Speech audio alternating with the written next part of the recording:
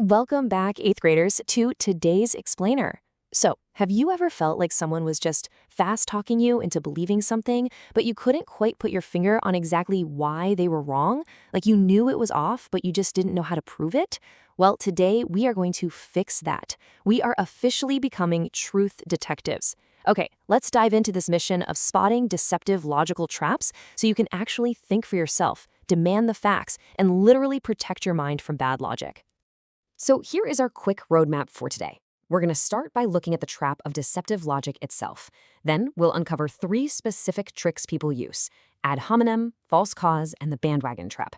And finally, we'll wrap the whole thing up by connecting truth, education, and morality. Simple enough, right? Let's get right to it. All right, section 1, the trap of deceptive logic.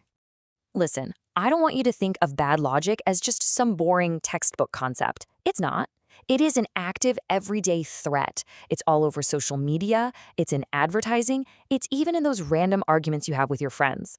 Just think about this ancient warning from Colossians chapter 2, verse 8. See to it that no one takes you captive through hollow and deceptive philosophy.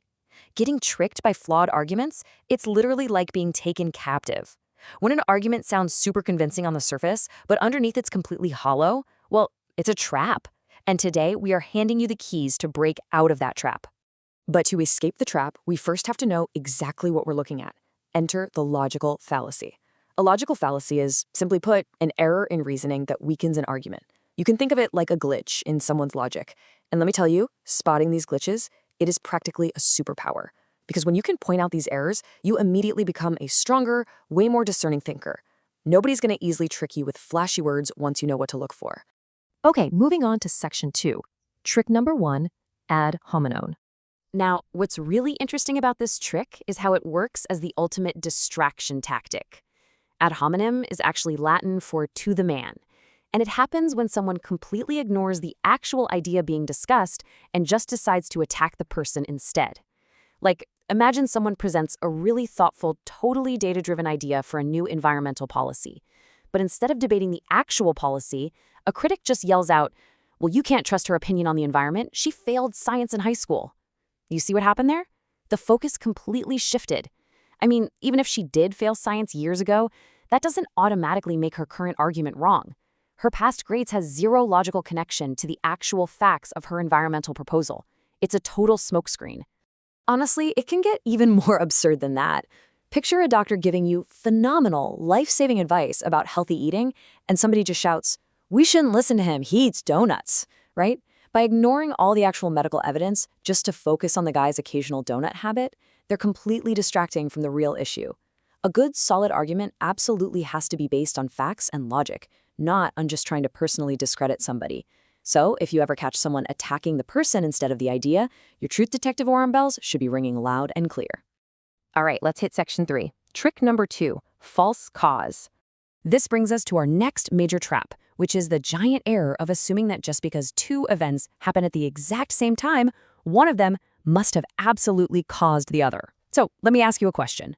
Does eating ice cream cause sunburns? I know, it sounds entirely ridiculous, but think about it carefully for a second.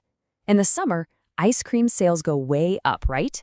And the number of people getting sunburns also goes way up. If we used broken logic, we might look at those 2 facts side by side and confidently declare that eating ice cream causes sunburns. Here is exactly how that breakdown in logic happens. Step 1, we mistake correlation for causation. Listen, just because 2 things happen at the same time certainly doesn't mean one causes the other. And step 2, we completely ignore the real cause. In this ice cream case, both sales and sunburns increase because, well, the weather is hot and sunny. Without scientists actually doing controlled experiments to prove real causation, assuming a false cause can lead to some truly terrible conclusions. I mean, imagine if your local government tried to prevent sunburns by banning ice cream. No way, right? That is exactly why you must always stop, take a breath, and ask yourself, wait, does A actually cause B? Which brings us to section 4, trick number 3, the bandwagon trap. You know this one. This trap is a massive peer pressure tactic. It is heavily used in advertising, it happens in the hallways at school, and it is all over your social media feeds. Its entire goal is to make you stop thinking critically and just blindly try to fit in. Have you ever heard an ad say something like, hey, everyone is switching to this brand, so you should too? And this brilliantly illustrates the core danger of this trap, confusing popularity with actual evidence. The idea that popularity equals correctness is completely false. Truth has to be backed by facts and solid logic, not just by counting up how many people happen to be doing something at the moment. Do you need proof that the crowd isn't always right? Well, once upon a time, literally everyone believed the Earth was flat. It was the absolute most popular belief on the planet. But all that popularity didn't make the belief true. It was still entirely false. Knowing how to spot the bandwagon trap protects you from making decisions just to follow the crowd. It forces you to pause and say, okay, sure, lots of people are doing this, but is there any actual evidence that it's a good idea? Finally, we're at Section 5, Truth, Education, and Morality. Now that we've unmasked the ad hominem, the false cause, and the bandwagon traps, let's kind of zoom out and look at the bigger picture.